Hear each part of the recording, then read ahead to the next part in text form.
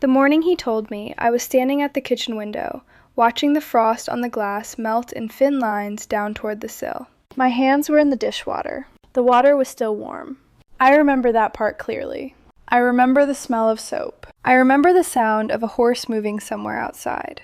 My father was behind me. His voice was calm. That was how it usually was, when something had already been decided. He spoke a man's name. A man from our church district. A man from a good family. A man with a strong farm. I did not turn around. I kept looking through that window, and all I could think about were 3 different boys. 3 boys I had sat beside in the dark. 3 boys I had talked with for hours. 3 boys I had quietly imagined a future with. Only in my own mind. Only when nobody could see my face. And none of it mattered. Not one conversation. Not one hope. Not one dream. It was already decided. Before I even knew there was a decision being made. My name is Martha. I was raised Old Order Amish. I grew up in a world where almost every part of life followed a path laid down long before you were born. And on this channel, I tell the stories we were never supposed to tell. The stories that stayed behind closed doors. The stories hidden beneath silence. Before we go further, I want to ask you something. Have you ever felt like a choice was yours, but somehow it had already been made for you? If you have, tell me in the comments. And if these stories matter to you, please like this video. It helps more people find these experiences. People outside our community often imagine Amish courtship as something simple, something sweet. A young man and a young woman falling in love slowly. Maybe a few buggy rides, maybe some shy smiles, maybe a wedding. What the outside world doesn't see is that there are things happening beneath the surface. Things nobody explains. Things everyone understands without speaking. In our community, there was the Ordnung, the unwritten rules. The rules were not printed in a book, but they were everywhere. You felt them every day. You felt them in how you dressed, how you spoke, how you sat, how you worked, how you imagined your future, and sometimes even in what you were allowed to want. I was baptized when I was 16. That was the age when people began looking at you differently. Not as a child anymore, not quite an adult, but someone who was expected to start moving toward marriage, toward responsibility, toward the life waiting for you. Nobody sat me down and explained it. They did not need to. The expectations were already there. You learned them by watching. That is how most things were taught. You watched, you listened, and you understood. Sunday singings were where many relationships began. I can still remember them. The long wooden tables, the smell of fresh bread from the kitchen, the sound of hymn singing filling crowded rooms. Girls sat together. Boys sat together. Everyone pretended not to notice each other. And everyone noticed each other. Afterward, a young man might offer a buggy ride home. That was important. Sometimes the ride lasted 20 minutes, sometimes longer.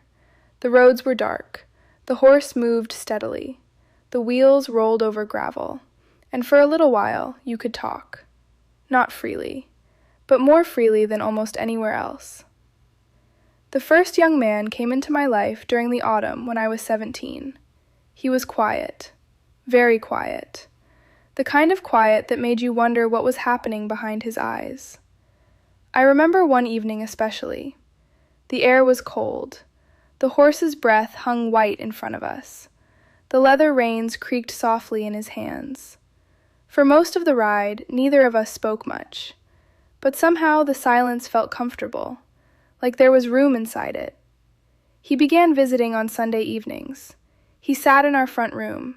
My parents were nearby, always nearby. A younger brother might walk through. A sister might pretend to be busy. Privacy was something that barely existed. Still, we talked. About work, about church, about family, about small things. That was usually how it started. I began looking forward to those visits. Then one Sunday he did not come. I waited. I listened for wheels on the road. I listened for hoofbeats. Nothing. The next Sunday was the same. Then I heard he was visiting another girl. Nobody explained. Nobody apologized. Nobody thought they needed to. That was simply how things happened. You were expected to understand. And I did. That was the painful part. I understood perfectly. Life moved on, or at least it looked like it did. The second young man arrived not long after. He was different. He laughed easily. That may not sound unusual, but in our community, laughter could sometimes make people uncomfortable. Too much laughter could be mistaken for foolishness. Too much joy could seem careless. But his laughter felt honest. It felt warm. When he talked to me, he listened. Really listened. I remember sitting across from him one Sunday evening. The kerosene lamp glowed softly between us. Outside, winter wind pushed against the walls. Inside, everyone else had drifted into other rooms. For a few moments, it felt like we were the only two people in the house. He asked questions. Real questions. Not questions meant to fill silence. Questions that made me think. Questions that made me feel seen. That feeling was rare, very rare. I began waiting for Sundays. I began wondering what might happen. Carefully, quietly. You did not allow yourself too much hope. Hope could become dangerous, especially for girls. My mother noticed. Mothers notice everything. She never said it directly. That was not our way. But she asked small questions, practical questions, questions about his family, questions about work, questions about daily life. I understood what she meant, and I think she knew I understood. For a little while, I allowed myself to imagine a future. Not a grand future, nothing dramatic, just ordinary things. Preparing meals together, working beside each other, building a home, growing old. Simple things, the things most people want. Then one evening it ended. Not because of a fight, not because of anything I had done, not because of anything he had done. My father had spoken with his family. That was enough. The visit stopped. The relationship ended. No discussion, no explanation, just silence.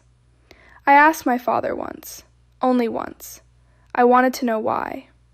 He looked at me for a long moment. His expression was calm, patient, the way adults sometimes look at children. Then he said something I have never forgotten. He told me he knew what was good for me better than I did. At the time, part of me believed him. That is what I had been taught. I was taught that fathers carried responsibility. I was taught that obedience was a form of faith. I was taught that humility meant trusting authority. That teaching ran deep, deeper than I understood then. Today, I can still hear his voice saying those words, and I know he believed them completely. That is what makes this story difficult. My father was not a cruel man. He was not an angry man. He loved his family. He worked hard. He prayed. He believed he was doing what was right. In our community, fathers watched everything.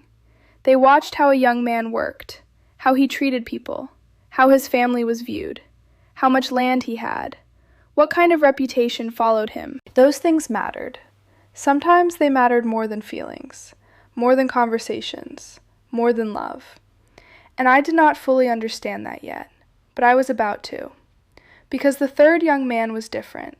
Even now, all these years later, he is the hardest one to talk about. And he is the reason that morning at the kitchen window stayed with me for the rest of my life. The third young man came into my life in the spring. I was 18 by then. The snow had finally disappeared from the fields. The roads were soft with mud. The trees were beginning to show green again. Everything felt like it was waking up. He was older than the others, not much older, but enough that he carried himself differently. He worked with wood, furniture mostly, tables, cabinets, chairs, the kind of pieces people kept for generations. I remember running my fingers across one of his finished tables at a community auction. The surface felt smooth as glass, every edge carefully shaped, every detail deliberate. That was how he spoke too, carefully, deliberately. The first evening he visited, he sat across from me in our front room. The lamp cast soft shadows on the walls. The room smelled faintly of pine from the wood stove.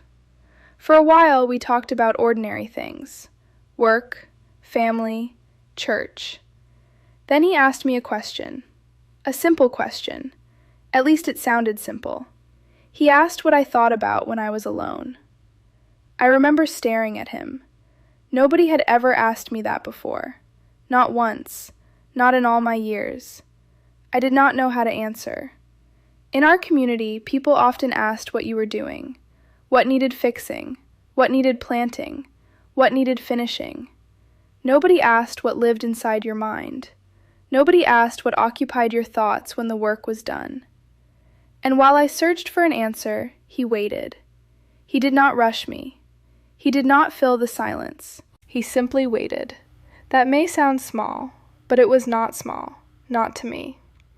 That night, we talked for hours, long enough for my younger sister to fall asleep in the corner, long enough for the lamp to burn low, long enough for time to disappear.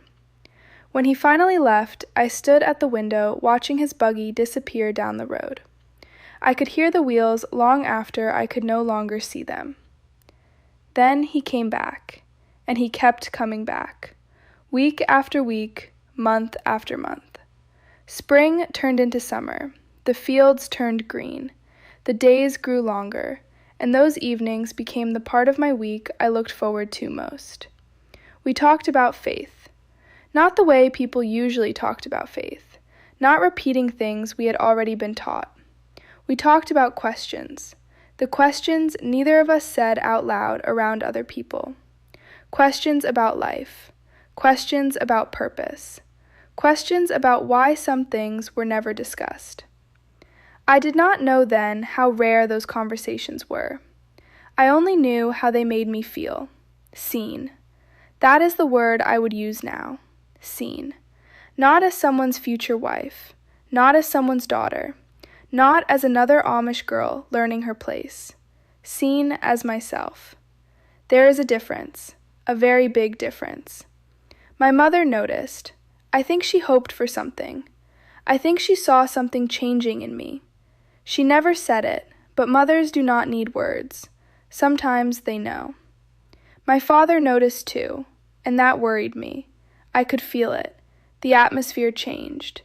Small things changed. Questions became shorter, conversations became quieter. Nothing was said directly. Almost nothing ever was. But I knew. Something was happening. I just did not know what. Then came the Tuesday evening. I remember every detail, the way people remember storms, not because of what they see, because of what they feel before they arrive. My father called me into the front room. That alone felt unusual. Visits happened on Sundays. Important conversations usually happened after church, not on an ordinary Tuesday. The room felt still, too still. My mother was in the kitchen. I could hear dishes moving softly, slowly. She was listening. I knew she was listening. My father sat in his chair, his hands folded, his face calm. The same calm expression he always wore when a decision had already been made. Then he began speaking. He told me about a man, a respected man, a hard-working man, a man from a good family, a man with an established farm, a man who had approached him, not me, him, a man he had known for years, a man he trusted, a man he believed would make a good husband. The man was 31. I was 18. The room suddenly felt smaller. I remember hearing the clock on the wall. Every sound seemed louder. My own breathing sounded loud. The horse in the barn sounded loud. Everything except my father's voice. His voice remained calm, steady, certain. Then I asked the question, the only question I could think to ask. I asked if I had a choice. The answer took a moment. He looked at me. Then he said yes. Of course I had a choice. No woman was forced into marriage. That was true, at least technically.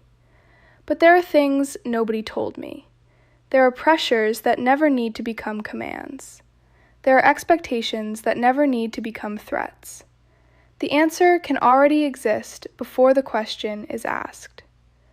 I knew what would happen if I refused. Not immediately, not openly, but eventually. The disappointment, the whispers, the concern, the judgment. And behind all of it stood something larger, Meidung, shunning. the possibility of separation, the possibility of losing everything familiar. I had seen it happen. Not often, but enough. People disappeared from daily life. Conversations stopped. Relationships changed. Doors closed. I was 18. I had never lived anywhere else. I had never known another world. And suddenly I was being asked to choose between two futures, one familiar, one terrifying. So I said yes. But it was not really joy. It was not excitement. It was not certainty. It was understanding. Understanding the shape of the walls around me. Understanding how little room there was to move. That is different from choosing freely. I know that now. At the time, I did not have words for it. The marriage happened. The community gathered. There was food. There were prayers. There were smiles. Everything looked exactly as it should, from the outside. The man I married was not cruel. I need to say that, because truth matters. He was not cruel. He was hardworking, reliable, respected, everything my father believed him to be. But he was also someone I barely knew, a stranger becoming my husband, a stranger becoming my future, a stranger becoming the person I was expected to build my entire life around. That first year was difficult, not because of violence, not because of anger, because of distance, a different kind of distance, the distance between the life you are living and the life you once imagined. There were mornings when I stood at another kitchen window, a kitchen that belonged to my new home. I would watch the fields outside, I would listen to the wind, and I would remember those summer evenings, the conversations, the questions, the feeling of being understood. I wondered what would have happened, not constantly, but enough that the thought stayed with me. Years passed, life continued, work filled the days, as it always does. Milking, cooking, cleaning, gardening, laundry, church. The rhythm never stopped. But some questions do not disappear simply because you stay busy. They wait, quietly, and eventually they return. Much later, after I left the community, I learned a word I had never heard growing up: agency. The ability to direct your own life. The ability to make choices that genuinely belong to you. When I first heard that word, I sat with it for a long time, because I realized something. My voice had been present, but my freedom had been limited. Those are not the same thing. A person can speak and still not feel free. A person can agree and still feel trapped. A person can say yes and still carry a quiet grief for the life they never had the chance to choose. I do not tell this story because I hate my father. I do not. I loved him. Part of me always will. He believed he was protecting me. He believed he was fulfilling his responsibility. His faith was real. His love was real. His intentions were real. But so was the cost, and the cost belonged to me. Nobody told me that both things could be true at the same time. I know it now. Looking back, I see a community that gave me many things. It gave me discipline. It gave me purpose. It gave me a sense of belonging that few people ever experience. There is a depth to Amish community that is difficult to describe. You can feel it, like the warmth from a wood stove on a winter morning, like the sound of voices singing together in a room filled with family, like knowing every face around you. Those things were real. And yet something else was real too. The silence, the expectations, the limits placed around certain dreams, the parts of yourself you learned to keep hidden. I did not know then that wanting a voice was not selfish. I did not know then that wanting to choose your own future was not rebellion. I did not know then that questioning something did not mean you had lost your faith. I know those things now, and knowing them changed everything. Sometimes people ask if leaving was worth it. That was a hard question, because leaving cost me more than I can explain in a single story. It cost relationships. It cost certainty. It cost the life I had always known. But it gave me something too. It gave me my own voice, And once I found that voice, I could never pretend it was not there. Even when it was painful, even when it was lonely, even when it changed everything. There are things the outside world does not see. There are stories hidden behind neat farms and plain clothing. Stories that never make it into tourist brochures. Stories carried quietly by people who live them. This is one of mine, and there are many more. This is my story. Like, share, and subscribe if you want to hear more real Amish experiences no one else is telling.